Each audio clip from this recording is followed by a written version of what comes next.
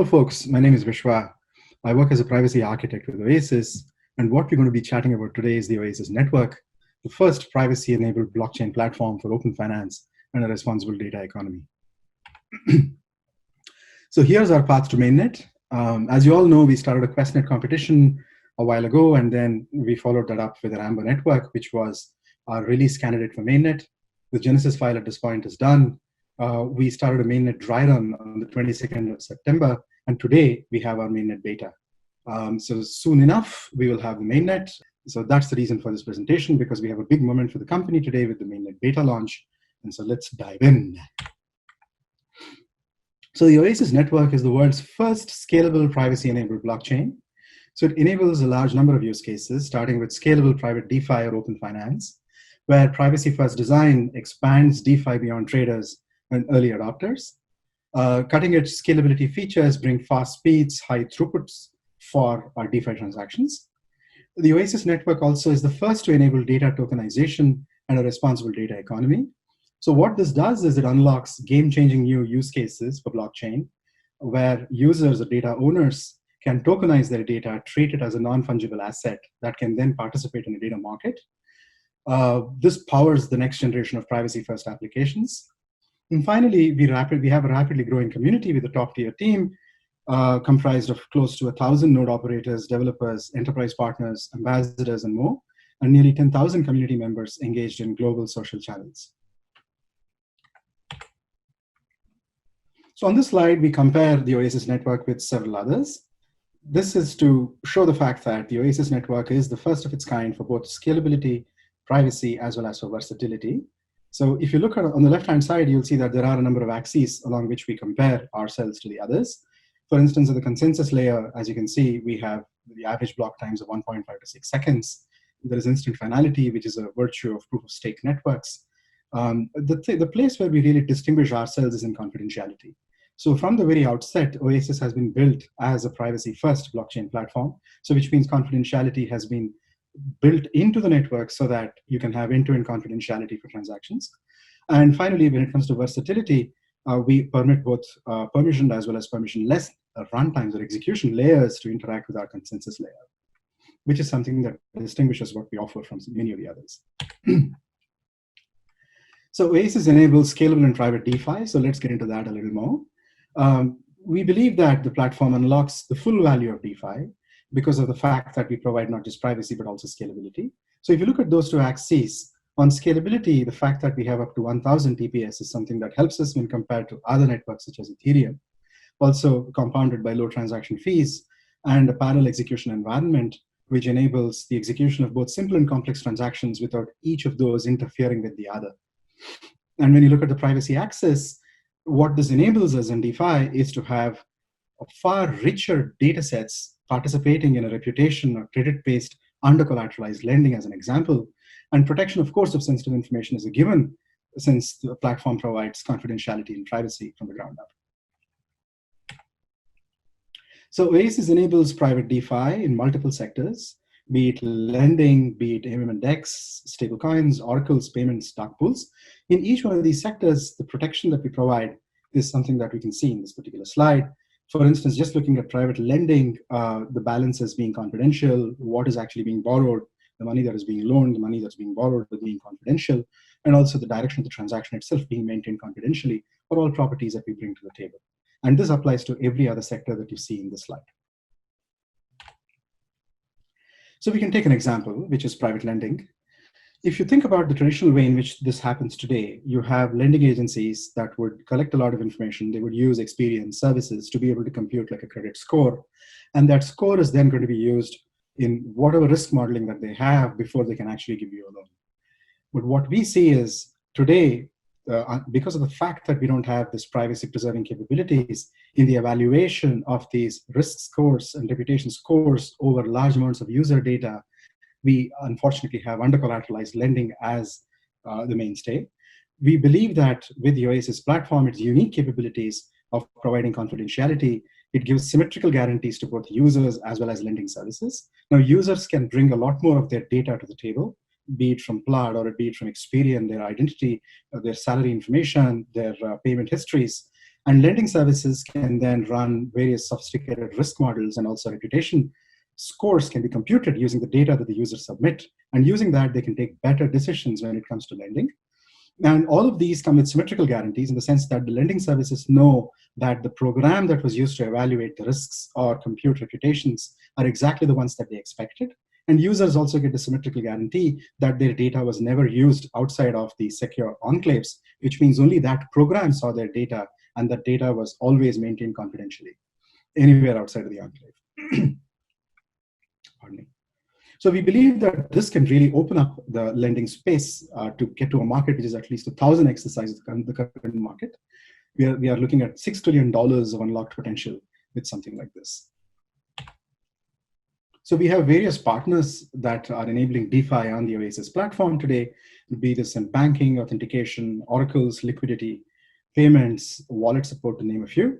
So on this slide, you can see that we have partnerships with Wire, Chainlink, Provable, Balancer, BankX, Keyless, Total, Staffy, Ledger, and Smith & Crown. We'll make these slides available after the talk so that you can always refer back to this to see the value that we bring to the table. So Second State is running an EVM-compatible paradigm that can be used today on the Oasis network to build dApps, just like you would on the Ethereum platform. So Second State has launched a version of Uniswap on the Oasis network using their EVM-compatible paradigm. This paradigm leverages the Oasis network's high throughput and fast speeds to offer better performance than what is available otherwise, with lower gas fees to top it all off. So when it comes to data tokenization and a responsible data economy, we find that the combination of blockchain and secure computing unlock this entire space. Open data is what we prefer to call this, where blockchain allows you to log and enforce usage policies set by users with high integrity and auditability. And secure computing technologies give you guarantees where users' data is only handled within the secure environment, so that there is private reservation, it's handled confidentially, and only the compute that is being run on that data gets access to the data, and the data can never be reused without permission. So users then submit these capsules of data and policies, and this can then be treated as an asset class that can be consumed along specific guidelines specified by users for specific fee or for the exchange of specific value. So with data tokenization, the Oasis network can unlock a new responsible data economy where individuals can maintain data rights and earn value from their data assets. And this is the world that we would love to enable. So here is an example use case of generating a data reward. So users submit their data, they tokenize it, and this is something that then participates in a data market. All of this is mediated by the Oasis network. Data requesters or buyers then get to use this data. Payment flows in one direction from the data requesters back to the users, and there are symmetrical guarantees, as we mentioned earlier, where the data requester can run their analysis programs using the Oasis network inside of these secure enclaves, and user data is only used within these enclaves. So here is another use case that we would like to talk about, and this is enabling crypto exchanges to share threat intelligence data in a trustless fashion. So what this means is, today, the problem that we're trying to solve with this is crypto theft and attacks are on the rise. Crypto exchanges need to identify and clearly prevent malicious transactions from going through. So many of these exchanges have threat intelligence that is built using threat intelligence teams within these organizations. Now, if they could pool all of this intelligence and they could react using this combined intelligence to transactions that might be malicious, then clearly it unlocks tremendous potential. So what we're doing by way of solution here is we've joined forces with Binance. Exchanges can share threat intelligence data. Data is kept confidential while it's being used to detect bad actors. And here, none of the parties are required to trust the other.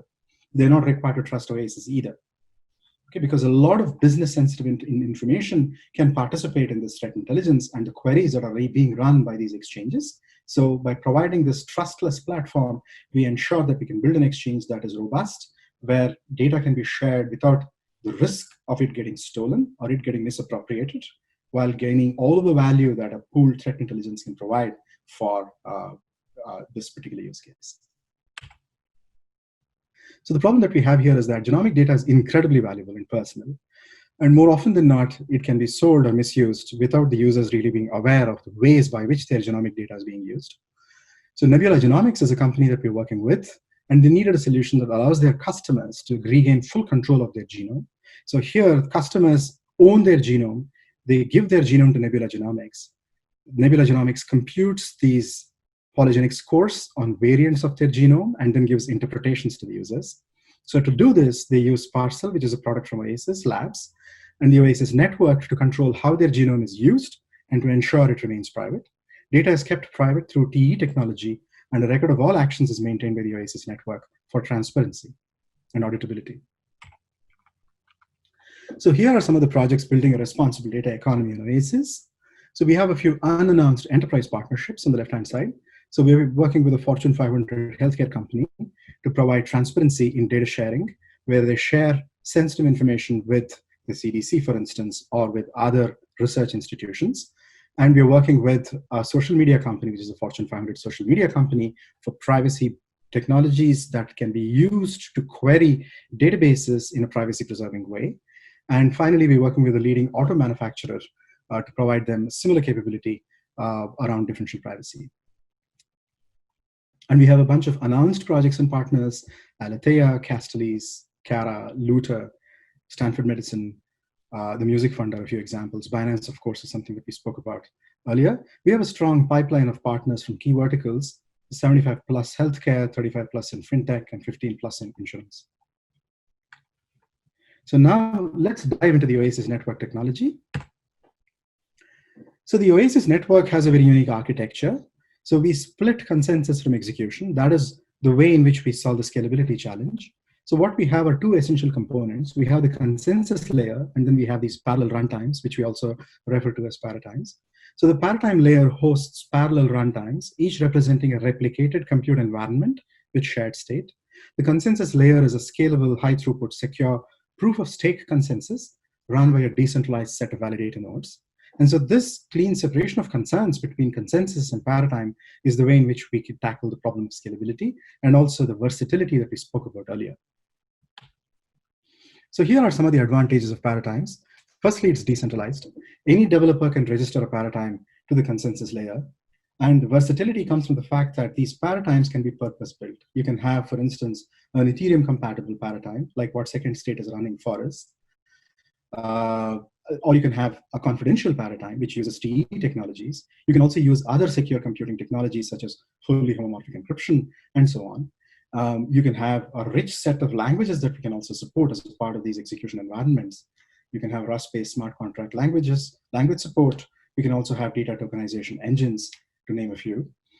The consensus committee uses discrepancy detection to detect any misbehavior in the paradigm committee. So paratimes are expected to provide verifiable computing, and this verification step is conducted by the consensus layer, where all that we want is for one honest node before we can actually detect a discrepancy. And so this enables us to run with far smaller compute committees, improving efficiency. And this is, again, something that helps us with cost efficiency and also with security.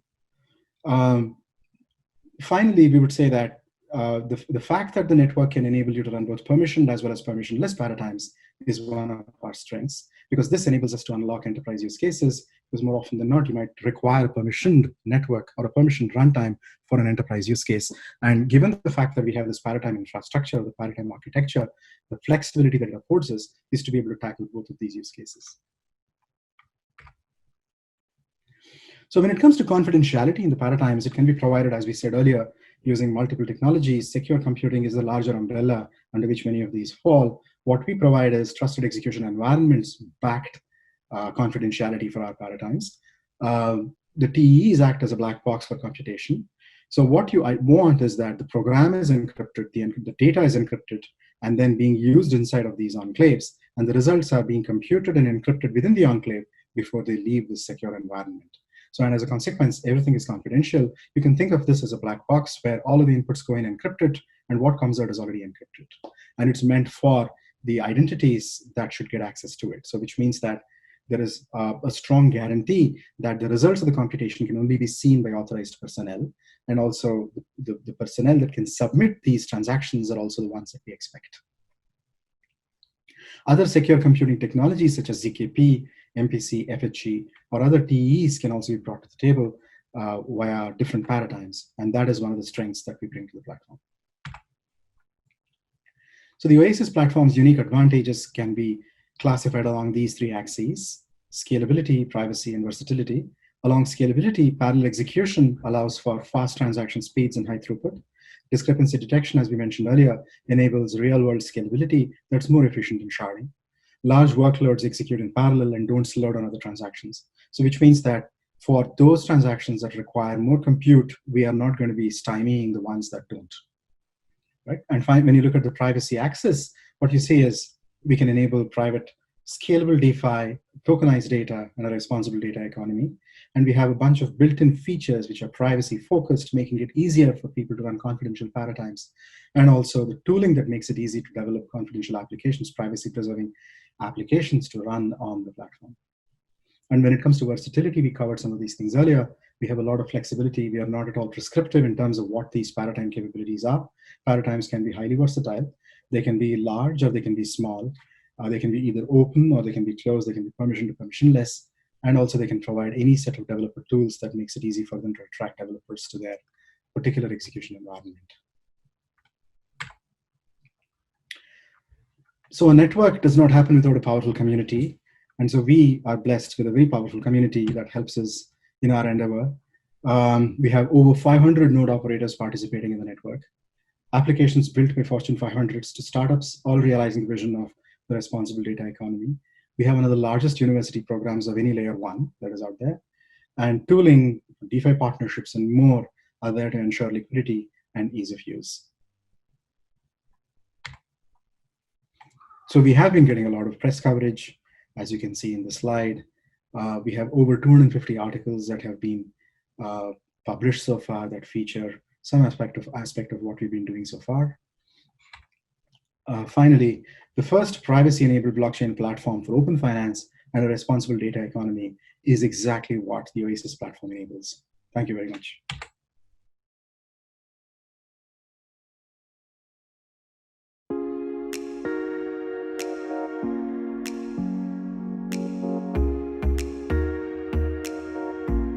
I'm Dong Song, Professor of Computer Science at UC Berkeley, and also the founder and CEO at Oasis Labs. Today, it's our great honor and pleasure to have Dan Bonnet joining the Fireside Chat. Hi, Dan. Thanks a lot for joining us. Hey, Don. Thanks. Welcome, everyone, and thanks for inviting me. Dan is someone who doesn't need an introduction, but still, let me do a quick introduction. So Dan Bonnet is a professor of computer science at Stanford and also the director of Center for Blockchain Research at Stanford as well. Dan is one of the most prominent and impactful researchers in cryptography and computer security and has won many awards, including the Goodall Prize and the ACM Prize in computing. Dan, thanks again for joining us. Yeah, thanks, Don. Thanks for the introduction. So you've also done a lot of great work in blockchain as well.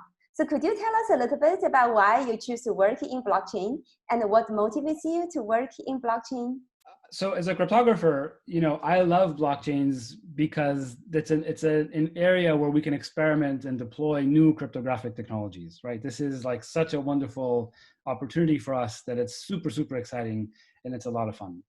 But beyond that, let's just talk about blockchains for the general public. So really, blockchains do provide capabilities that we haven't seen before. So one example, I guess the core example, is it's kind of the first time where we see sort of a public database that's built to be append only, right? So anyone can write to the database, everyone can see what's on the database, and no one can remove information from it. Yeah, so it's kind of a new capability that we just didn't have before, a write-only public database. And that's kind of the lower level, the lowest common denominator of these public blockchains. But then once you have that capability, there's like a million things you can build on top of it. Probably the most compelling that we've seen so far is the whole world of decentralized finance, what's called DeFi, DeFi applications where people are exchanging goods, borrowing, lending, and there's a very stable and large ecosystem of DeFi applications that are being built on top of these public blockchains. But generally, you can imagine managing all sorts of assets on these blockchains. As we've seen, So games are adopting various forms of blockchains and so on. Personally, where I think one of the most exciting things I see coming is the fact that central banks have become so interested in blockchains, right? So these are called central bank digital currencies, CBDCs. And it's really quite interesting. We see a lot of central banks now looking into deploying this in their own country. And you step back for a minute and you ask, well, why are they interested in deploying blockchains for the sovereign financial system? And there are a couple of answers to this. So one is that really the financial system that we have today, it was designed back in the middle of the previous century, and it actually has a lot of limitations. So let me just quickly mention 3 limitations of the current financial system. So one is that cross-border transactions are actually quite slow and expensive. And I like to give this example where, if I wanted to hire someone to teach me Chinese, and it so happens that that person lives in China, well, so now I have to pay this tutor, I have to pay them, let's say $5 an hour for every lesson. If I want to send $5 to China, you can look it up in all these online services. The transaction fees are enormous. It's like 60% transaction fees on sending small amounts cross borders, and that's to China. If you want to send it to other places, say Vietnam or so, the transaction fees are even higher. So there's a real problem in sending small amounts cross border. Transaction fees are just very high. The other problem with the financial system is there's a huge number of people who just don't have access to it. I think the statistic is something like 1.7 billion people on the planet simply don't have access to the financial system. And when you ask, well, why is it that they don't have access to the financial system? Well, it's interesting. There's this Bank of International Settlements report that just came out in March, where they actually try to exactly understand why is it that so many people don't have access to the financial system. It turns out the primary reason is what you would expect, is that a lot of people simply, don't have the funds to put into the financial system. That's not something that technology can help with. This is more of a policy question. But then if you look at the other reasons they list, one of them is that the bank branches are simply too far from the person's home. Well, if you're using a digital currency, the fact that the branch is far away doesn't matter. You're just transacting on your phone. And so the fact that the branch is far is not a hindrance to using the financial system. Another reason is that the transaction fees for folks are just too high. Again, if you're using a cryptocurrency or a central bank digital currency, potentially transaction fees would be much, much lower. And so it would enable people to use the system. And the third reason they give is that people sometimes just don't trust the financial system. And again, because a cryptocurrency is backed by crypto, when I say crypto, I mean the mathematics of cryptography, hopefully that will give people more trust in the system so they would be willing to use it. Yeah, so there are real reasons why the current financial system has some limitations. And the hope is that these digital currencies, particularly these central bank digital currencies, will actually solve some of these limitations. So I'm excited about the technology because of all the wonderful applications of crypto.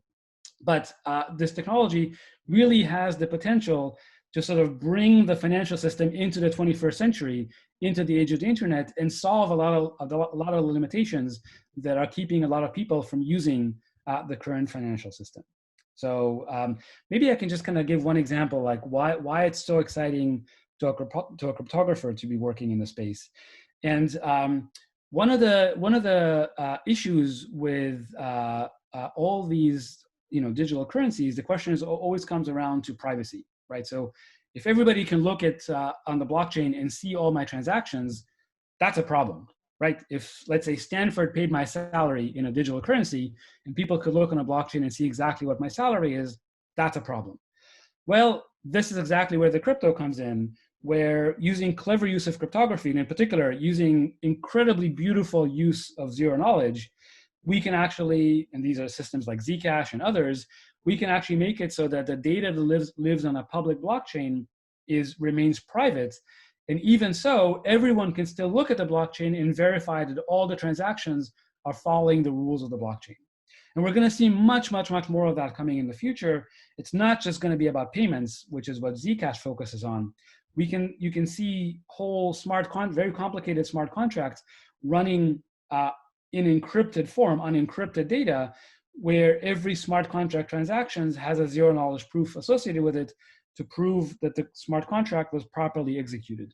So the point of this is that the amazing advances in zero knowledge technology now make it possible for us to build a public blockchain where all the data is read by everybody, but the data itself is actually encrypted, and these zero knowledge proofs prove that all the transactions are following the rules of the blockchain. I think it's incredibly exciting that this can actually be done. And I think, again, it's an amazing success of cryptography that not only can it be done, it can actually be done in scale now, and sufficiently efficiently that the whole world can run on a blockchain that runs in this way. Yeah, I think it's, again, really, really exciting. And that's, again, why I like the space so much. Yeah. And I have to say, this space of developing zero knowledge proofs for blockchains, this is a super active area of research. There are lots and lots of researchers with beautiful, beautiful ideas coming up all the time. It's just so much fun to work in. I can't remember a time when it's been so exciting to work on problems and where progress was actually so fast. So it's really, really exciting and fun to see taking place. Yeah, great. It is a really exciting time. And also, besides financial areas, can you share your thoughts how blockchain may change the world in other areas as well? Yeah, I think actually, Dawn, your example is really, really good, right? Oasis Labs is working on the responsible data economy. So actually, maybe I should turn the question around to you, in that this is exactly what Oasis is kind of looking at other ways of using blockchains. And so maybe you could talk about. Great. Yeah, thanks a lot. Right. So I think we talk a lot about responsible data use and so on. One really important issue that we see today is that even though data is a key driver of the modern economy, but a lot of this data is really sensitive, and handling the sensitive data really poses many challenges on both sides, on both the user side and also the business side. So for users are losing control of their data and rights to data, and they don't really know how their data has been used in practice. And also they are not getting sufficient direct benefits from their data. And also for the company side, the companies are losing trust from their users, and also it's becoming more and more expensive and cumbersome for them to comply with the regulations like GDPR and CCPA and so on. And also more importantly, it's very difficult for companies to utilize data due to data silos and privacy concerns and so on. So we have all this valuable data, but it's all being locked up. And for example, even in today's pandemic, it's difficult oftentimes for medical researchers and in general to get data to help speed up finding cures for diseases and so on. So this is where we think that a combination of blockchain and secure computing can really help. So with blockchain in this case, we can actually provide immutable logs of users' rights to data and how they want their data to be utilized. And also, so then when it's combined with the secure computing environment, then the actual use of the data can be done in a controlled manner, so that when data is being computed over, the raw data is not being leaked and so on. But also at the same time, the use of the data itself can be logged in this immutable ledger on the blockchain. So then also there are ways for users to verify that how their data has been utilized. And when we put this together, essentially by enabling data to be used in this controlled manner, we can then have a new paradigm of this, a new type of data economy where the data is being utilized in a more responsible way, and also ensuring that the value created from the data use can also be properly attributed back from whose data has been used in creating the value, and also enabling data to enabling value to then be distributed back to the original contributors of data and of the algorithms and the compute itself as well. So we hope that this can also enable what we call tokenization of data as well, to then really have enable a new paradigm of the responsible data economy. So you're using the blockchain basically as a way to keep track, as a immutable log, to keep track of how the data was used at any given time. Right, and also the original, rights to data, and also the policies associated with that. Mm-hmm. So, and also this way, that as you track how the data has been used, it also allows you to have a verifiable way of attributing the value created from data back to the original contributors as well. So one question that the listeners might be interested in is if you were going to pay users for their data, then users would react, right? Users react to incentives, and one way they might react is they might contribute fake data and hope to be paid for it, or they might copy somebody else's data and then hope to be paid for that. So there has to be mechanisms to prevent all that. Right, exactly. So essentially, in some sense, you want to have an authenticated data source, making sure that the data source is actually authentic, has not been tampered with, and so on. So this is also an exciting research area by itself as well. Oftentimes one can integrate third-party sources to try to help provide, enable this authenticated data source. And you see that, so the way you would authenticate a data source would also be potentially using enclaves, this time running on the user side. Is that right? Right, that's one possibility, right. Mm-hmm. That's great, yeah. Thanks for doing it. And yeah, thank you for letting me speak. Right, thank you so much. Mm-hmm. Yeah.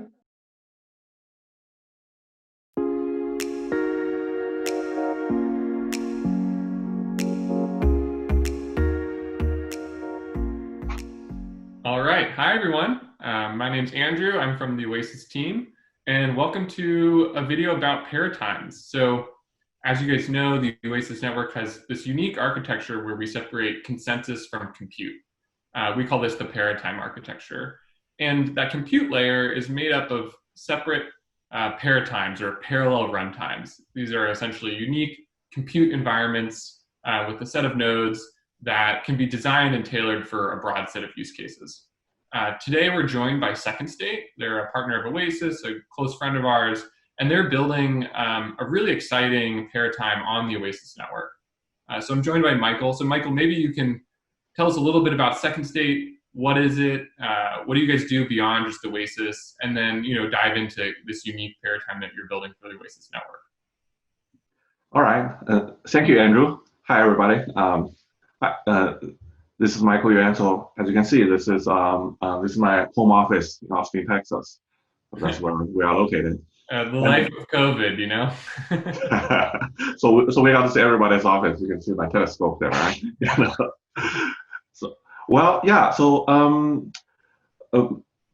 Second State is a company that does what we call high performance runtimes. So we do things like virtual machine compilers and WebAssembly and all that. So we were super excited when we heard about the Oasis network, because that seems to be outside of cloud computing. In our other business, we work with cloud providers, right? Like Tencent Cloud in China and Amazon here and Azure here.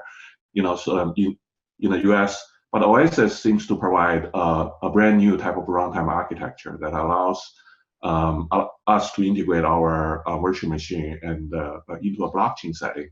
Not only it's secure, but also it seems to provide confidentiality and privacy. So that's what's originally got us super excited about that. And so we decided, with the help from with the Oasis Foundation, we decided to build a paradigm that would take advantage of the infrastructure the Oasis team has built. And so the paradigm that we built and we're launching today is called the Oasis Ethereum paradigm, and it's a Ethereum compatible runtime on the Oasis network. So that's what we do. Very cool. So tell us a little bit about this Ethereum compatible runtime. Like, what is it? Like, how does it compare to Ethereum? Is it basically the same thing, or really kind of what makes it different?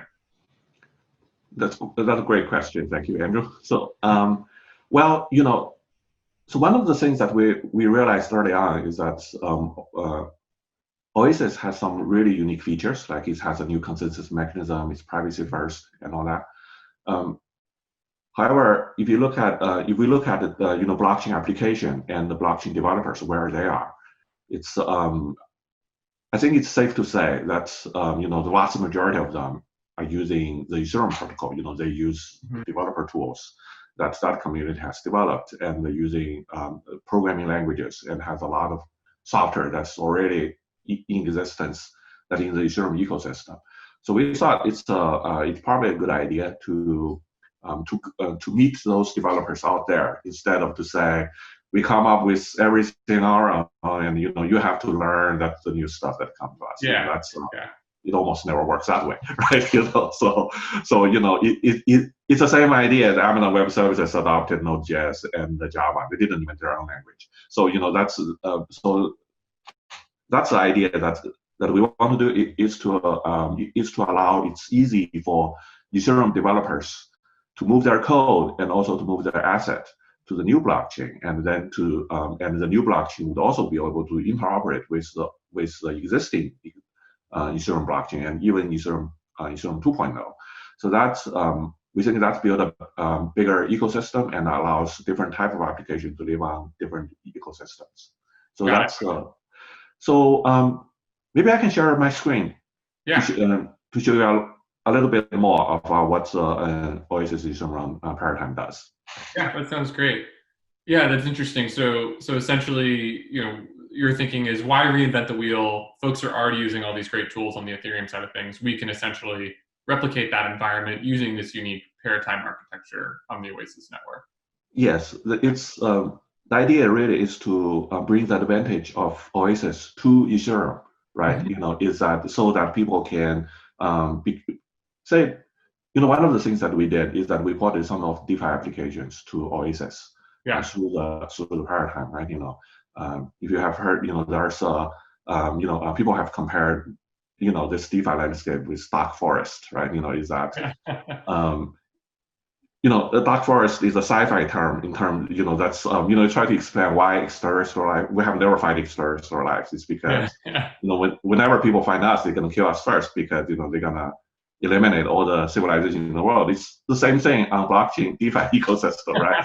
That whenever you have a transaction that's potentially profitable and you send the transaction to the mempool, other people are going to be able to see it first, and then most likely the advanced robot are going to be able to see it first. They're gonna get ahead of you and execute the transaction on their own first. So that's what they call dark forest, is that you can always get front run on those ecosystems.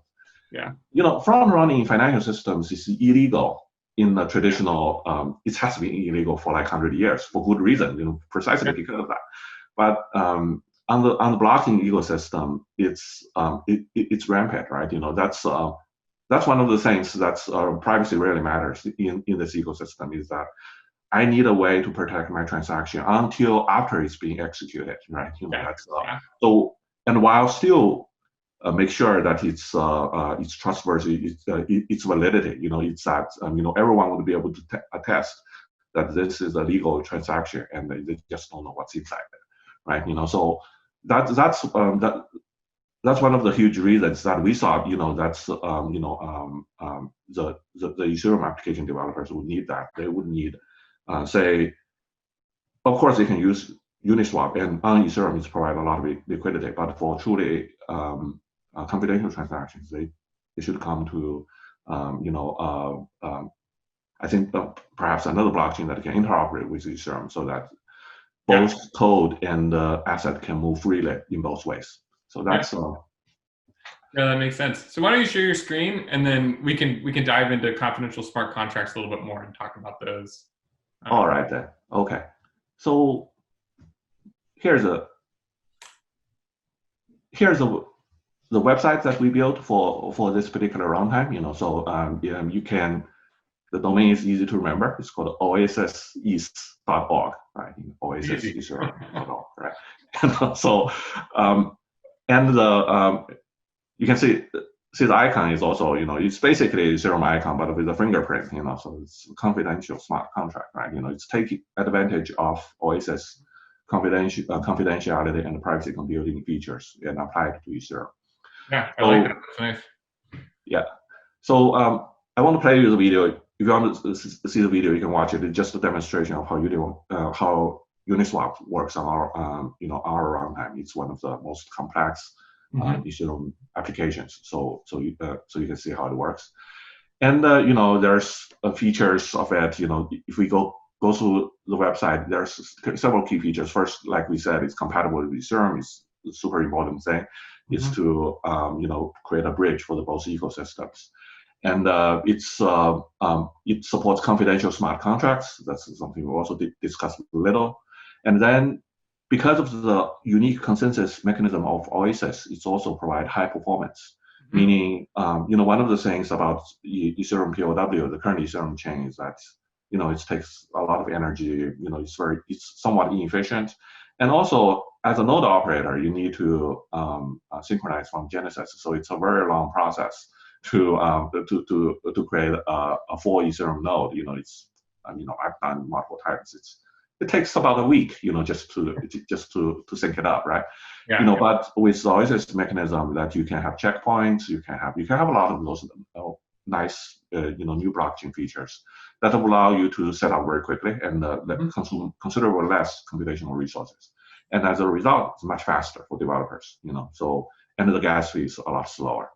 So the other thing is because Andrew, as you have said, we are one of the paradigms. There could be other paradigms on Oasis ecosystem. So there's other specialized blockchains that we can interact with. For instance, I know Oasis has already done a lot of work in things like healthcare and in all those things, right? Yeah. So for those applications and their data can pass over to our paradigm, in the same ecosystem. So that's where we also see that we're acting as a bridge to basically have the best of both worlds, right? That's so at least that's our hope, So that's what it is. And then there's a token that's because we are in the ETH space, so there's a token that we have to pay gas, and you can get it for free now. There's a faucet that developers can get it for free, and there's and we have some social groups that you can join.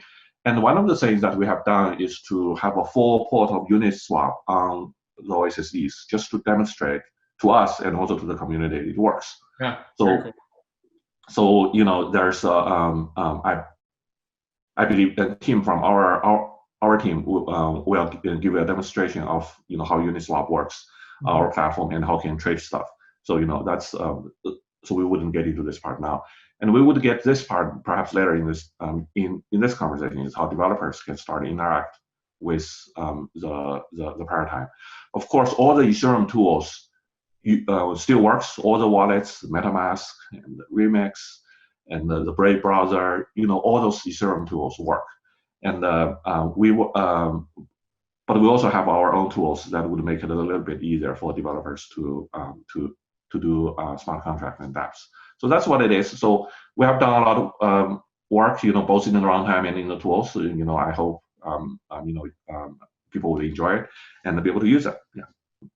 Yeah, very cool. Exciting to see the website and to kind of see everything up and running. This is great, really exciting. So folks are able to use this right now, right? So if they want to test things out, they can visit oasiseth.org, and they can start developing and porting their Ethereum apps over to the Oasis network and to your paradigm. Yeah, that's great. So we chatted a little bit about confidentiality and kind of what makes that unique. So do you want to talk a little bit more about confidential smart contracts, kind of how those work, and then what the plan is for Second State and their support for confidentiality?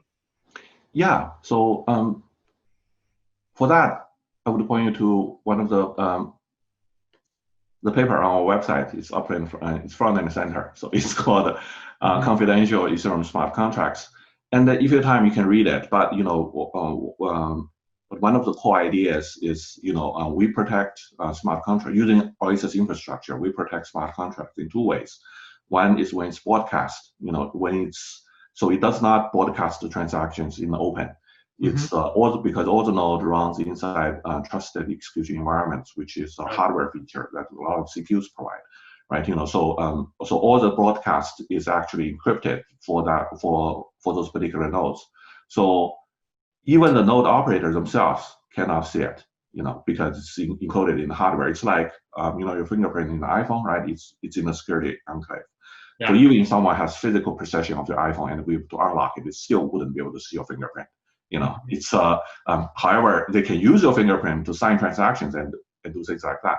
So that's one layer of security, is to say when the transaction is being broadcasted, unlike traditional Ethereum, we do it in a way that is totally encrypted. And the second is to protect data inside smart contracts. So for instance, today, if you run an Ethereum 4 node, you would be able to look into the database, you would be able to look into the blockchain itself and see what's inside those smart contracts, what are the variables, what is, things like that, who did what to who. So for this, we do a little change to the Solidity language, the smart contract language itself. So there's a small piece of code on the screen, if you can see it, is to say in the smart contract, we introduce a new keyword called confidential. And as I said earlier, our second state is most a runtime and a compiler company. So we built this whole tool chain, right? So we change the Solidity compiler a little bit to support this new keyword. And once this keyword is present in the smart contract, the runtime knows that all the data that in here would only be handled inside the security enclave, the hardware enclave. Once it goes out of the hardware enclave, it's always encrypted. So again, even the node operator, let alone anyone else, would not be able to see what's inside the contract. You can have certain fields in the contract that is completely confidential. Yet every node can also agree on what's in it. It's just the human doesn't know. All the computers. The way to look at it is all the computers knows what's in there, but the non-human knows. Because this private key is inside the hardware and the computer knows, but the human. Even only certain parts of the computers now, which is that's right. Yeah, that's neat. And I mean, you mentioned it before, but I mean, at Oasis, we're really excited about the application of this technology in DeFi, whether it's front running or offering kind of other interesting use cases. We think confidential smart contracts have a lot of potential to help grow DeFi and really the blockchain space in general by providing these properties that I think in in a centralized world we kind of take for granted. We're like, oh yeah, I trust Amazon, so I'm fine running it this way. But in a decentralized world, confidentiality really becomes critical. Absolutely, yeah. Okay, great. So what's next? What do you want to show us next? We could chat about EWASM, or we can dive into the developer experience.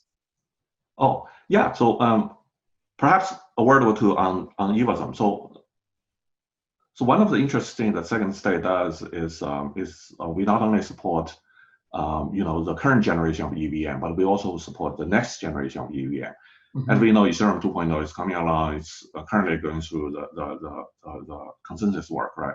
But in the end, they would also need a new virtual machine that have been talked about a lot for a very long time. And this virtual machine would be WebAssembly based.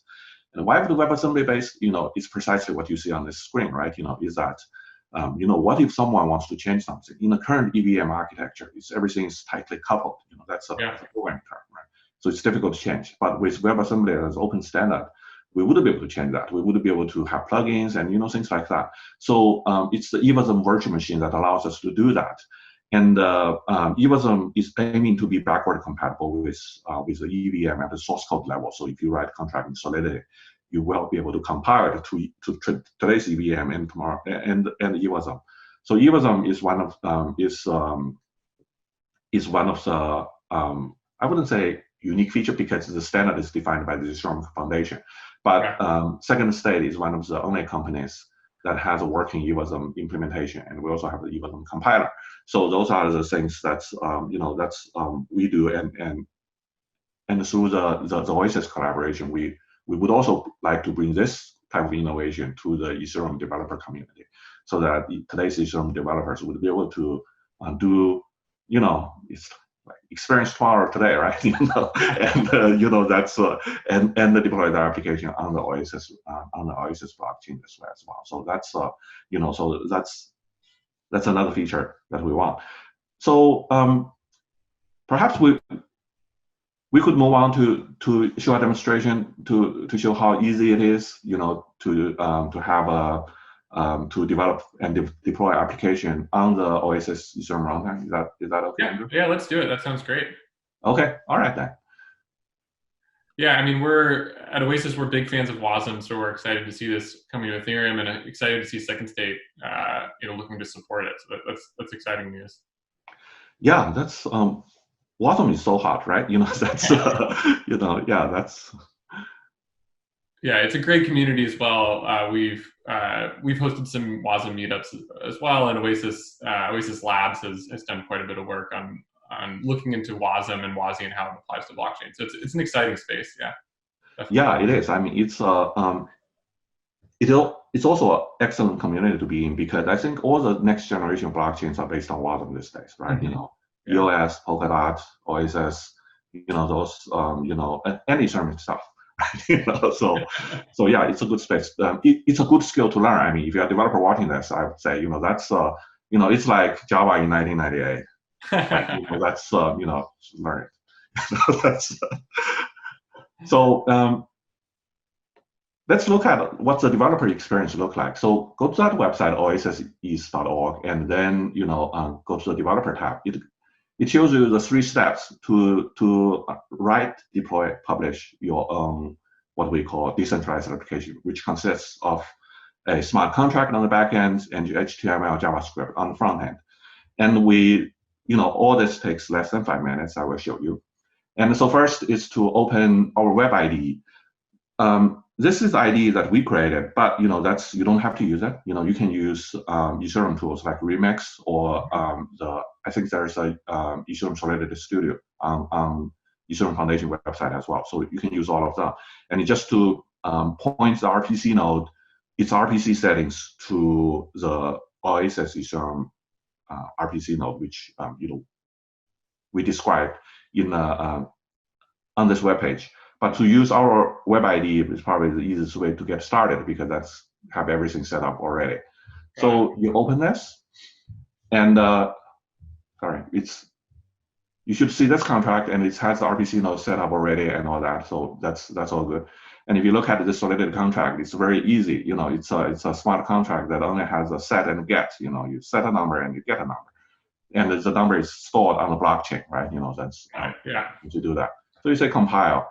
There's in fact this compiling does inside the web browser, so it compiles into the Ethereum the bytecode, and now you say deploy to the chain, because now you compile it, you can deploy it to the chain. Oh, I'll show you a failure case first, because it says success, right? Because it always works, right? Right. That's not supposed to work. Why you don't So it's because the IDE gave you a number of addresses that you can sign and deploy this from, and because I've already used this before, so I have an address that has tokens in it. But when you start, you would have an address that doesn't have a token. Okay. So this would fail. That's you would say the address doesn't have a token in it to pay for gas. Yeah. And what you do is that you go to the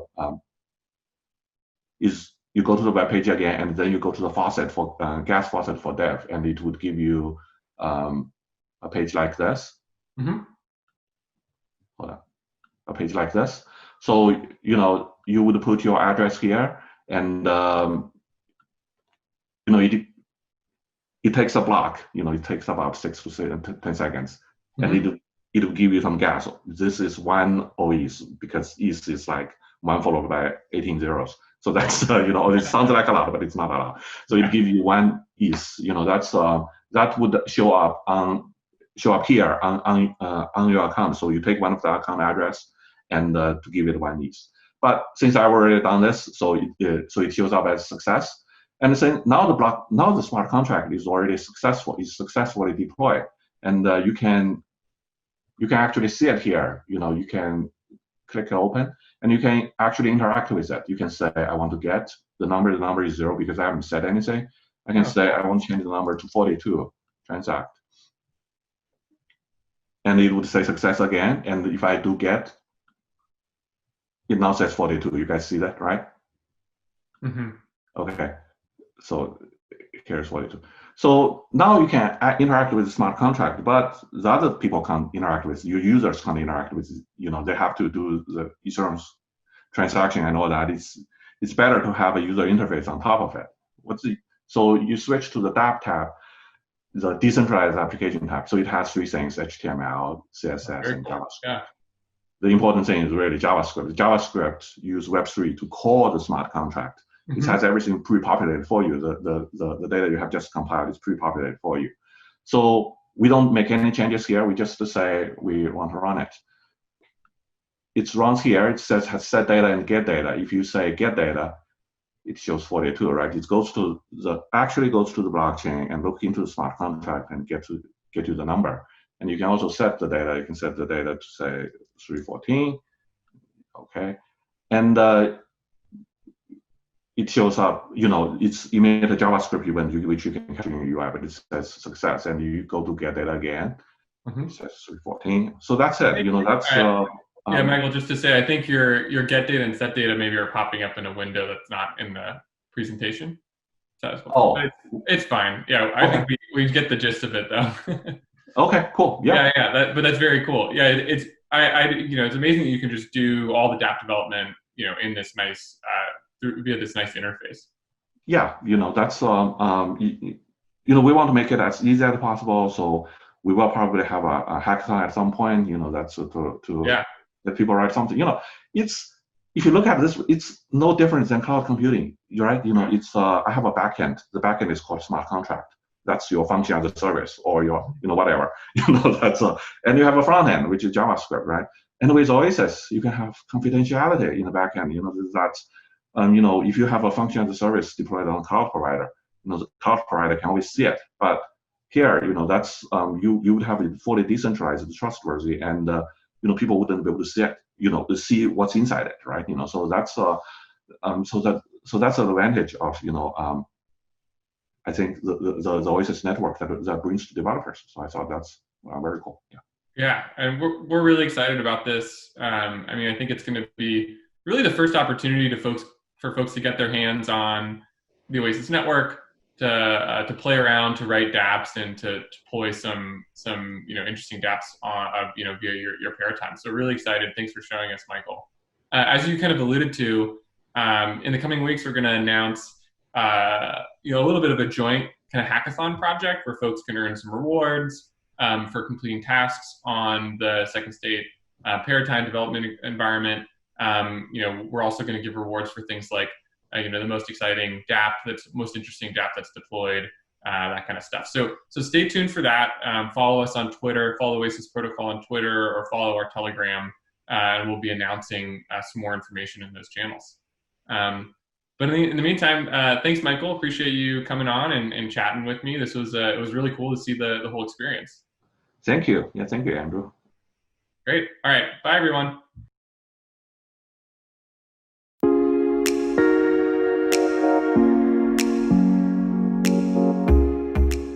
Hey folks, great to see everyone. I'm Charlie. I'm a product manager here at Oasis Labs. And hi, I'm Nikhil. I'm an engineer at Oasis Labs. At Oasis Labs, we're building great data privacy and security tools to help businesses and customers leverage the Oasis network to better control and protect their data.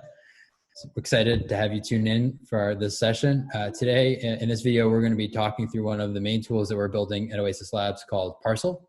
And so Parcel is a set of privacy-first data governance APIs designed to give customers better control and oversight into how their data is used. On one side, for developers, Parcel makes it really easy for developers to securely store sensitive user data, define and enforce usage policies over that sensitive data, share tamper-proof logs of access histories with their end users, and easily deploy applications in isolated compute environments, what we call secure enclaves, for privacy preserving analyses. On the other side, Parcel also makes it great for end users because it helps end users easily manage how their data is used, control access, grant permissions, see history. We have what we call the Oasis Steward app, which is a web UI app that lets end users do all this to manage their data. And what we're really excited about with Parcel is that it allows businesses to tackle one of the most challenging issues of our time, providing strong privacy guarantees to their customers without compromising the utility of their products. One example of this is Nebula Genomics. They're a consumer personal genome sequencing company, and we've partnered with Nebula Genomics. They're integrating Parcel, and what that'll do, it'll give their end users better privacy and control of their genomic data. We're going to be launching the beta version of this in the coming weeks. And if you're interested, you can learn more about the Nebula and Parcel integration in one of our other videos from today, where we talk with Nebula co-founder George Church. So we're here to show Parcel. Nikhil, tell us a little bit more about what we're going to be demonstrating today. Yeah, thanks for the great intro to what Parcel is, Charlie. Today we're going to show you how it actually works with a mock app named BlockCred. So what BlockCred is it's an application for credit scoring using our confidential compute platform. And we're going to show you how to use Parcel to generate a credit score. Cool. So this is going to have a bunch of different components. First, we're going to talk through account linking using Parcel. Then we'll show you how to upload data for users. And then finally, we'll actually go through running a confidential compute job. Awesome. So let's hop into the first part. Let's check out what this account linking looks like. Cool. So the first part that Nikhil is going to walk us through here is account linking. So this helps developers take their user accounts and then have their users create Oasis Steward accounts to manage their data, control permissions, view access history, and for developers to be able to link their Oasis accounts to their end users' accounts. So we have the screen here, which is part of our onboarding for our BlockCred app, and we have our users who are going to sign up for our app and then sign up for an Oasis app and link their accounts. So Nikhil, tell us how this is done. Yeah, so let's take a look at some code. So what happens when you are trying to link your account is that we use the standard OpenID connect flows, and that's going to trigger a flow to accept user consents via our Steward web application. And users that accept this will be redirected back to your application, where you can now have an Oasis blockchain managed identity for linking with any associative data in your backend. So yeah, so like, as you can see here, there's a bunch of config data that's pretty standard with OpenID Connect. And once we specified this, we can go ahead and run the flow super easily. So yeah, as you can see, it's just a few lines of code, pretty standard. It uses a JavaScript library named OIDC client, and very simply just creates a sign-in request. And once we click on this button, this sign-in request will trigger, and the account linking will kick off. Yeah, let's go ahead and see what that looks like. Cool, let's try it out. So we'll click over here, get started with Oasis. This will kick off the account linking flow and dump us off to the Oasis Steward app. We'll sign in, we'll create an account or sign in to Oasis Steward. We'll pick our account here. And then it's going to ask us if we want to share permissions with the BlockCred app. So this is saying, do you, as an end user, Charlie, do you want to share your Oasis account with the BlockCred app so that they can then upload data on your behalf? And then if you give them permission to later, then access that data. So I'll say, sign up for Oasis, and then I will say I'm going to share my Oasis identity with the BlockCred app.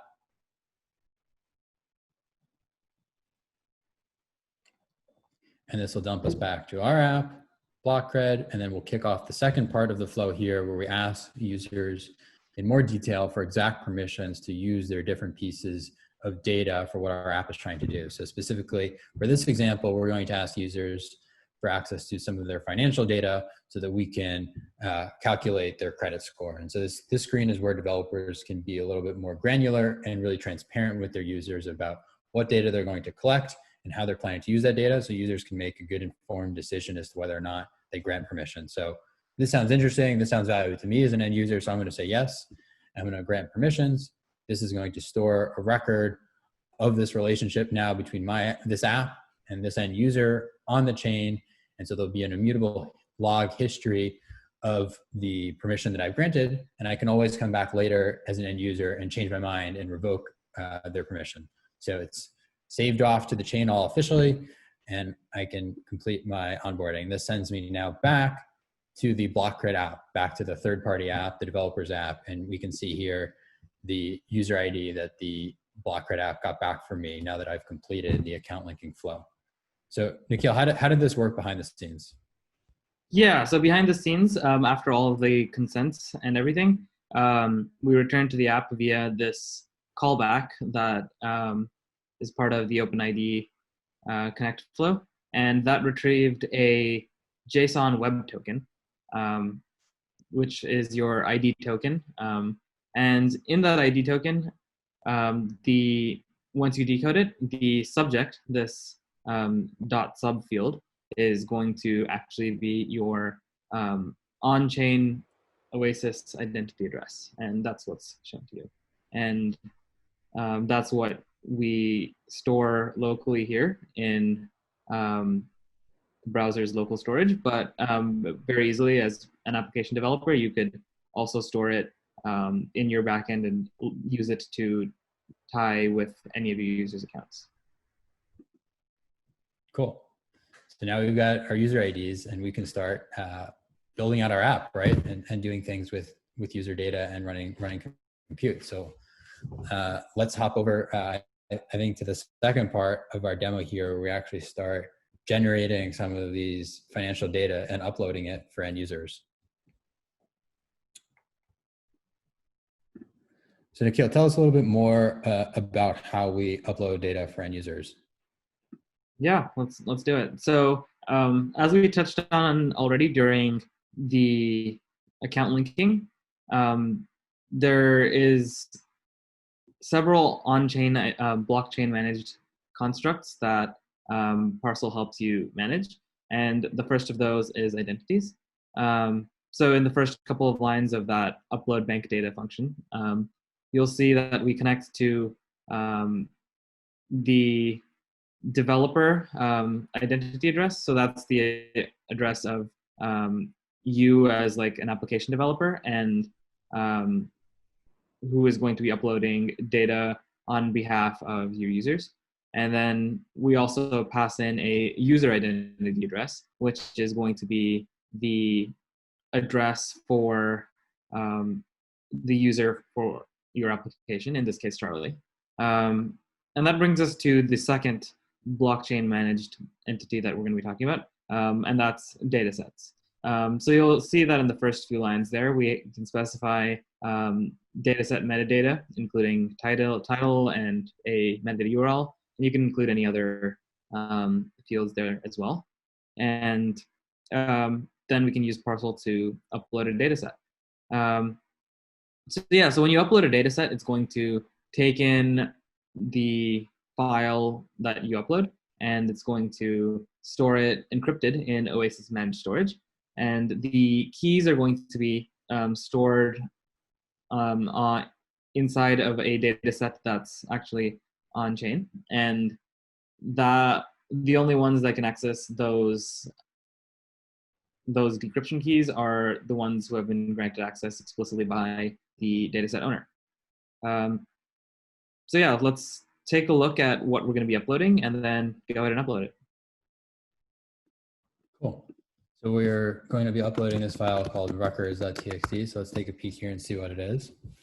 We see we have some sample records here of the user's financial history that we're going to use to calculate our credit score. So we're using this piece of sample data here as we craft out our application and debug it. But obviously in practice, we would never want to be peeking at users' data. That's the point of using Parcel. So in practice, how this would really work is you'd expect that this type of function be running on your server, perhaps in like a full, server backend, or even as simple as like a serverless function, and you'd take the data directly from a source. Perhaps there's an API you're retrieving it from, like Plaid, and then you're piping it straight into Parcel, so you as a developer never actually have to see or take ownership, take custody of such sensitive data for your users. So let's take the script that Nikhil's put together for us here, and let's give it a whirl. We're gonna upload those examples, and we're gonna upload it again to that end user that we ran through account linking with. So let's go back here. We have the identity address here, and just to double check, we can also hop over to Steward app, and we can make sure that that is in fact the right identity address for our users. So we see here that I'm logged into Steward app as a sample user, and we see I have this identity address, and then it matches the one that BlockCred has. So we'll use that to upload data so that user owns their data. So I'll hop over here in the terminal, and we'll upload data to that address.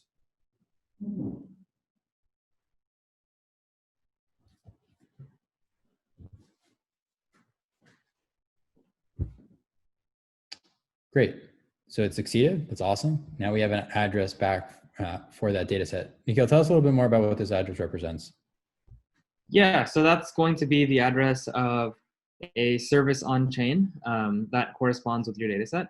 And that service is going to hold your metadata that you specified when uploading, as well as any decryption keys that were encryption and decryption keys that are used to encrypt your data set. So yeah, so then all of the actual data is stored off-chain in Oasis managed storage, and then as somebody is trying to download the data set, you're only able to do so if you have the correct access permissions, which is managed by the data set itself on-chain. Cool. And using our nifty little CLI here, we can actually double check all this information and see, like Nikhil was saying, that this address here actually, in fact, represents a data set. The owner is our end user. It was created by our application, and that there's a policy here that now grants access to the application in order to access this piece of data for the end user. And one last check here to really round out this part of the demo is if we hop back to Steward app, again, as the end user, we can also see here that we now have this access to this data set. So again, Steward app is the interface for end users to have a really simple, easy way to manage permissions, see data sets, see data history. We of course wouldn't expect end users to be using our command line interface. So here we go. Here's the data set, the banking records that we uploaded a couple minutes ago for our end user. All right, Nikhil, what's next? Yeah, so going back to the code here. So I just wanted to touch on the policy that was there as part of the service. So just to be explicit, so these policies that Parcel appends to datasets are also on-chain services that specify programmatic access policies. In this case, it's a very simple access control list, but it could be more complicated if you want it to be. And yeah, that enables the developer identity to have access to datasets in the manner in which you grant them access. And it also allows the user themselves to download their own datasets. Cool, that's awesome. Should we get into the exciting part? Should we start building out this credit scoring logic? Let's talk about how we actually run jobs on Parcel. So we've compiled together this very simple credit scoring script. So as you can see at the top, there's example usage. So what you do is you'd run the credit scoring script and specify two command line arguments, a from dataset and a to dataset. So that from dataset is going to be a file that represents your credit history. In this case, it's going to be that super simple list of balance records that we showed earlier. And the to argument is going to indicate the output data set to which to write the credit score that the script computes. So yeah, so the script could be arbitrarily complex, but for the purposes of this demo, we've made a very simple application that just sums together all of the balances in the credit report and averages them. And if it is greater than $1,250, then you get a credit score of 722. Otherwise, you get a credit score of 684. And then it writes it to that output path that you specified. And yeah, the parcel will upload that as another data set that you as the user owns, and the developer identity does not own. Awesome. Yeah, let's go into how you do that as code now. Cool. Let's run this super advanced credit scoring algorithm. Excited about this. All right. So now how do we get this actually kicked off and running on those set of bank records and running inside of our secure computing enclave? Yeah. So in the previous step, we uploaded the records.txt file as the data set to Parcel. Now we also need to upload our compute binary, in this case, the credit score.sh file, as another data set. That's going to do the compute for us. So that's that first step there. And then the second step is to actually construct a job request that will run the compute on the things that we want. So the command that is going to be run by our parcel worker, the machine that's going to be actually running the job, is that block up there. So it's going to run the credit scoring binary and take in two arguments, just as we discussed, an input and an output. And so yeah, so we need to now tell Parcel where to find these files. And so we specify both the input data set and the binary to execute via their on-chain addresses, and also the output path for the output data set that we want to run. And so yeah, so once we submit this job request, it's going to be sent to our on-chain job dispatcher,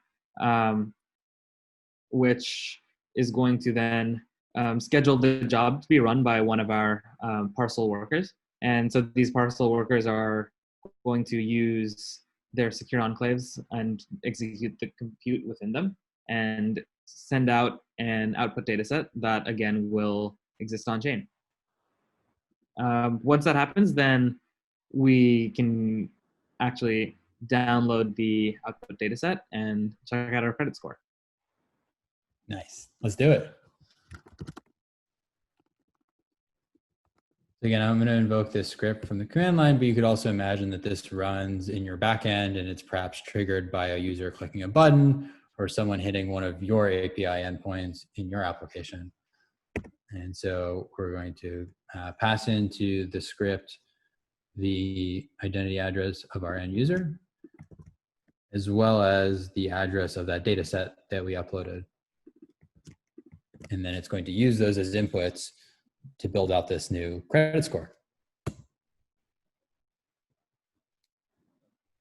So like Nikhil talked about, it's going to craft together a job request and submit that off to our dispatcher. Because when the worker actually gets the job request and what is it doing behind the scenes? What is it doing inside that enclave to help us run this program? So behind the scenes, it's retrieving the appropriate credentials for decrypting the necessary input data sets, in this case, the records, from the data set itself within the secure enclave. And then it's going to also,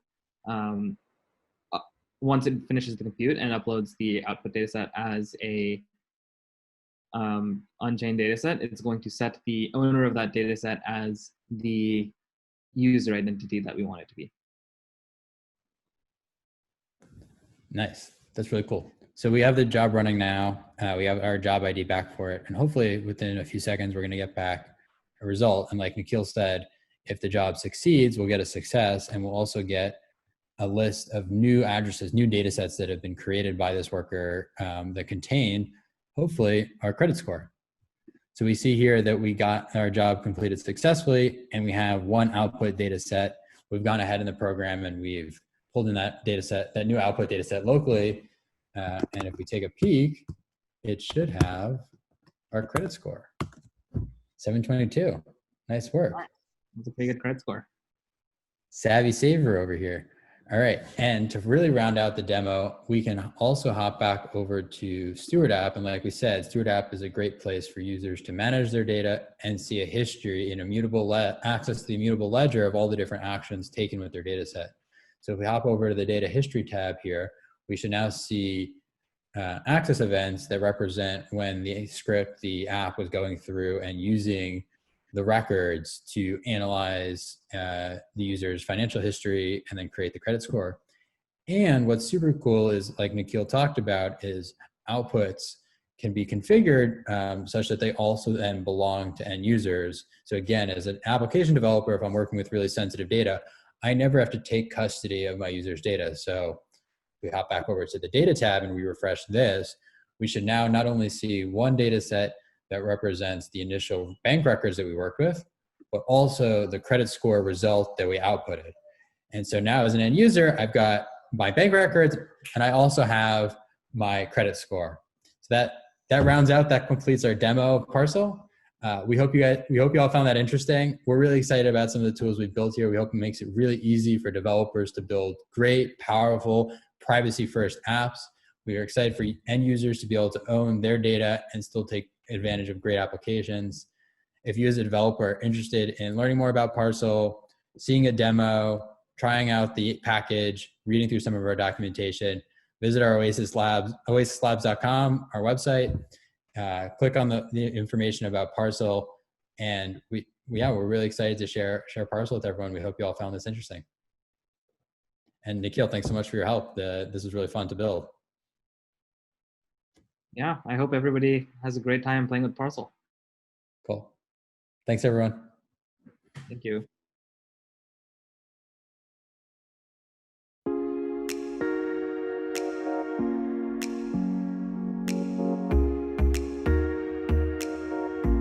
I'm Dong Song, Professor of Computer Science at UC Berkeley and founder and CEO of Oasis Labs. So first, let me introduce our guest, George.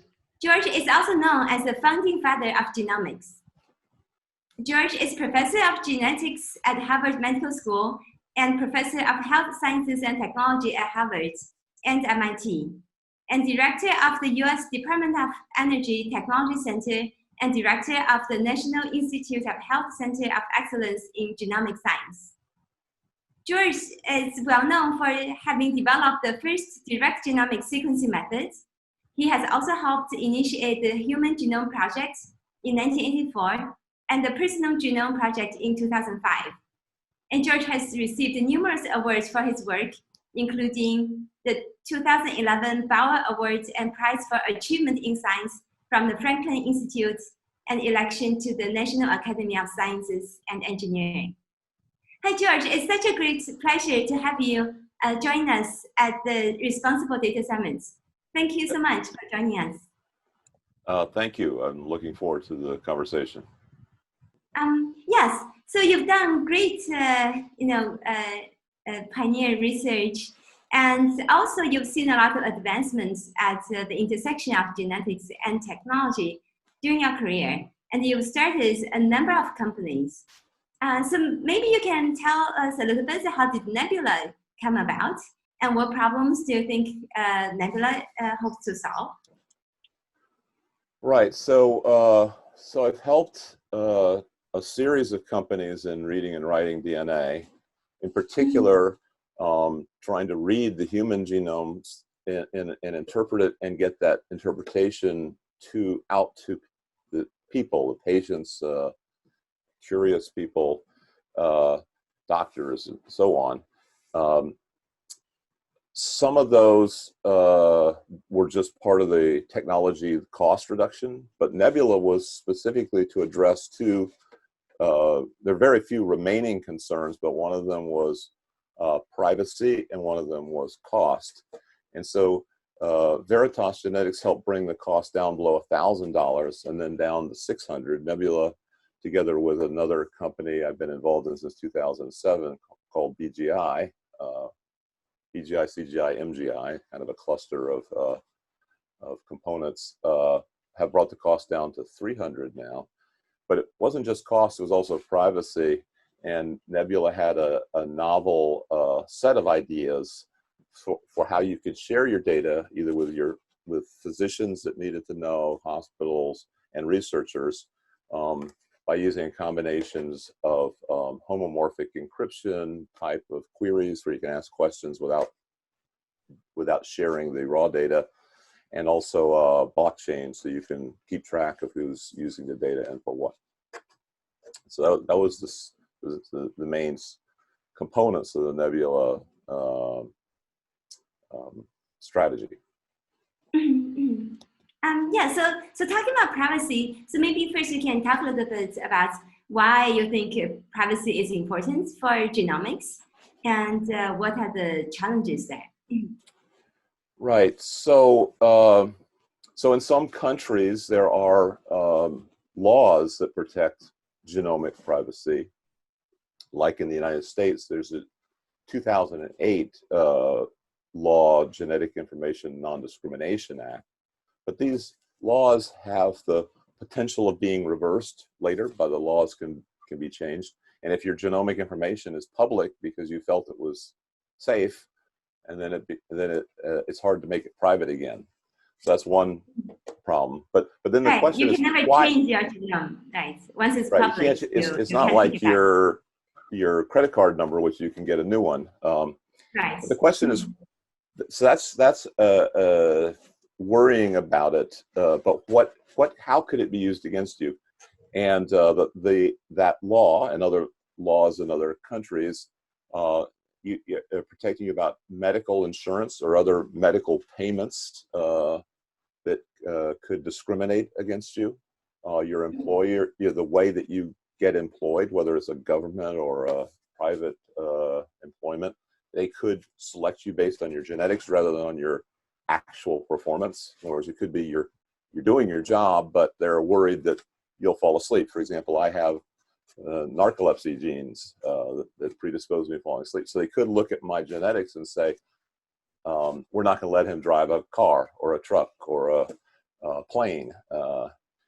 Even though I might be able to do those safely, they might worry, and I think justifiably. So I actually don't drive a car. I don't have a driver's license. But if that were forced on me, that may be something that people consider poor use of their genomic information. So you'd like to give them access only to the genomic information that will help you. In other words, you'd like to let your doctor determine if you can take a certain drug or need a certain drug, but you don't want them to know whether you are qualified for a particular job. Now, this will probably change with time. What people might actually consider it a public health threat for me to drive, and so those laws may change back and forth. But that's one of the things that makes people nervous about the privacy is the change. So in Nebula, and we try to make it so that you're somewhat future-proof, that you only let out data in an encrypted form and only what is needed for you to benefit you. Right, and also given that you and your relatives may share parts of the genomic information, like, can you talk a little bit about the challenges too? Like, so for example, in the Open Genome part of the Human Genome Project and so on, like the people's genomic data has been made public there, that may also reveal information about the person's relatives and so on. Can you also talk a little bit about the challenges in genomic privacy? So two examples of challenges for your relatives. So even if I protect my data using the encryption in Nebula, you know, one of my siblings or children could reveal something about my data accidentally or without my permission. And so there are two threats. One is for my health care. So it could be that if they have some serious disease, then I have a certain probability of having the same disease. Fortunately, that's fairly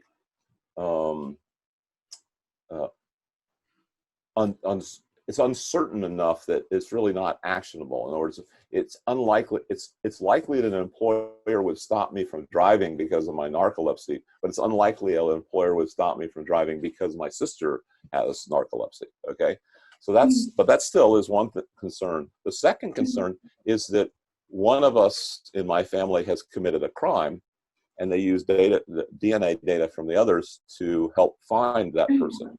Now, you could say that that serves the public interest, is to find criminals. But when it's your family member, you don't necessarily feel aligned with that strategy, especially if that person is not yet proven to be guilty. So, so those are, I think, the two ways that your family can get exposed. So now the best thing is if everybody used the Nebula system and then they were all safe in that regard, and that I don't reveal anything about myself or about my family. Now, ultimately, however, we're getting so good at genomics, it's possible to obtain people's DNA without their permission, without any family member's permission, because you leave it around all the time. It's left around on the surfaces, on your, glasses, and cups, and so so you have to keep that in mind as well. I mean, you can obviously stay inside, which many of us are doing now because of COVID, and that keeps your DNA inside. But ultimately, it's very hard to protect your entire family's DNA from. So you need laws and enforcement to do that. Yeah, talking about laws, can you we talk a little bit more? What do you think? What role public policy and lawmakers may play in addressing the protection of privacy for individual genomic information? And have you seen like good examples or what suggestions what should be done? Well, one of the protections is, in addition to the 2008 law that I mentioned earlier, there you can, if you provide adequate health care to everybody, and don't do very selective insurance companies that charge more to some people than to others. If everybody is assured of health care, that takes away and is assured of employment, then then that's a good thing. That means they worry less about their genetic information. But that's not true in so many countries in the world. In fact, you might even argue it's not really true anywhere. But that's one solution. The other solution is to, another component of it is enforcing it. So it could be that you have laws that protect people against discrimination or loss, but individuals can discriminate. So, for example, I don't have company policy, but I could have an individual policy that discriminates.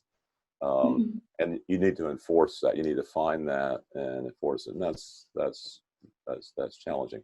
But overall, I don't think that this is for most people, this is not the greatest threat to their livelihood and their family health. A much bigger threat are infectious diseases, diseases of aging, genetic diseases, all cancer. All these are genetic diseases, and not knowing your genome might protect you against some of these discriminations, but it also puts you at risk for all these diseases. So it's probably net very beneficial to know your own genome and just do what is possible at the time to protect yourself against the lower risks of privacy loss. Right. Speaking of which, that exactly brings us to the partnership between Oasis Labs and Nebula.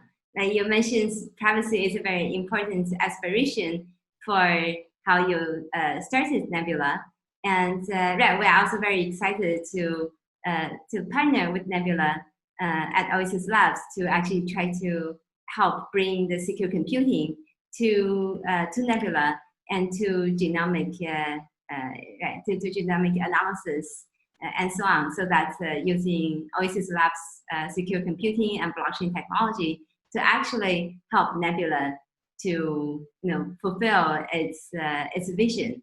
That has been very exciting. Yes, I'm very excited about the partnership with Oasis and Nebula as well. There's going to be a need for evidence that we have this solution, and I think the track record of the two companies will continue to convince people of how it's working in the same way that people had to be convinced at one point that they could use their credit cards on the internet without worrying about it, or credit cards on the phone for that matter, or in person. All of those require trust, and the trust in all these cases comes, whether it's credit card or genetic information, comes from technical competence, usually computer competence, which I think both Oasis and Nebula have in abundance.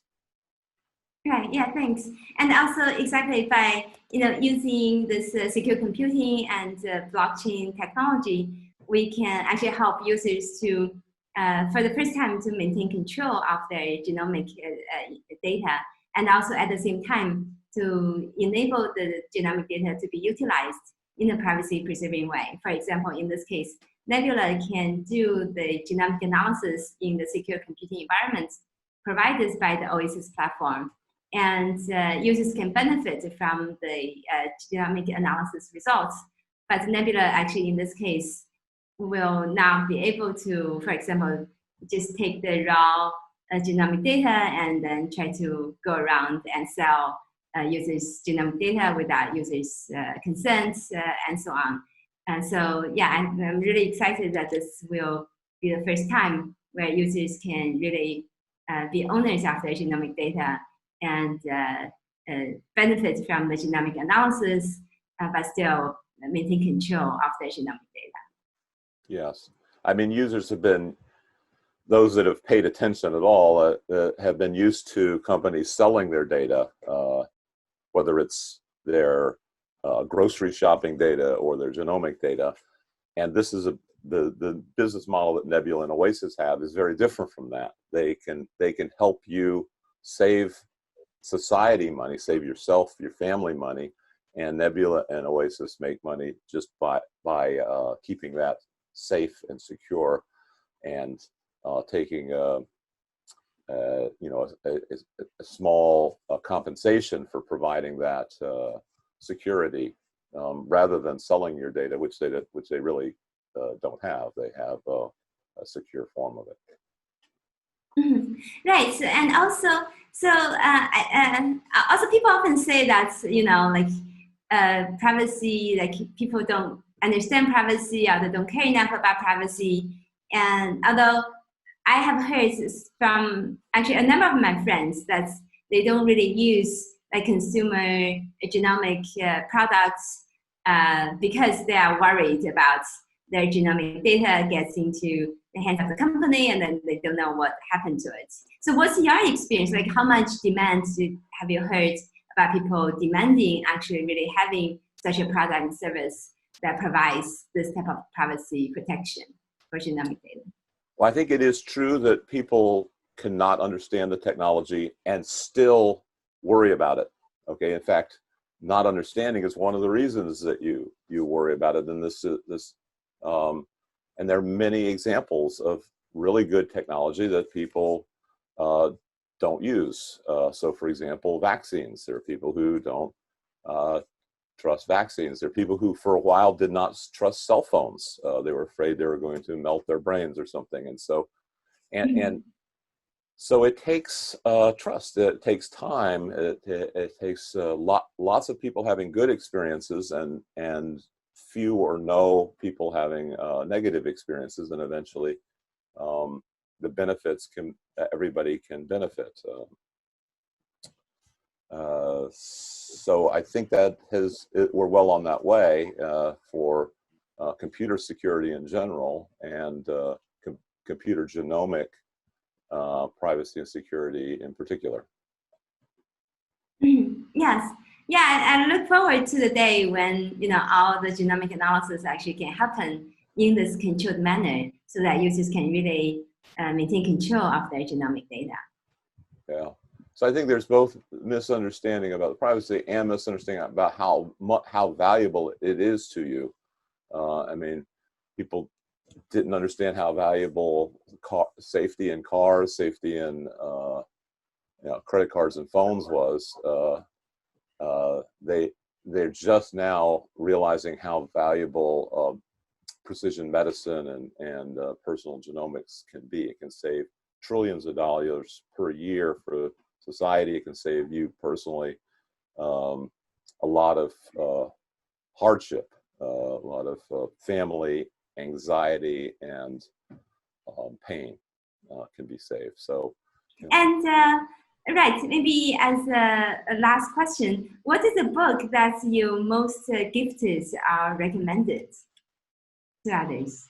Book to read on this subject, not in general, right? Yeah. Well, I wrote a book called Regenesis in 2012 and updated in 2014, which was my attempt to fill a gap that I didn't think other books didn't fill, which had to do with, there were very few books written on synthetic biology for the general public. In terms of books that inspired me in the past, I have to say that most of my learning has been from articles, not from books. So they're little slivers of knowledge. So I'm not sure I can pick out one article or one book that truly stands out. We all contribute our little bit, and it takes an amalgam, a collection of those to make each of us individuals. Yes, I'm looking forward to reading your book. I think right. I didn't mean to put too much emphasis on that, but it was my feeble attempt to provide something in it covers some of the fields we've been talking about today. Thanks. Yeah, with that, right. Thank you so much. Thank you. Right, really great having you here. Very nice seeing you too. Yeah. Right, great. Yeah, thanks a lot.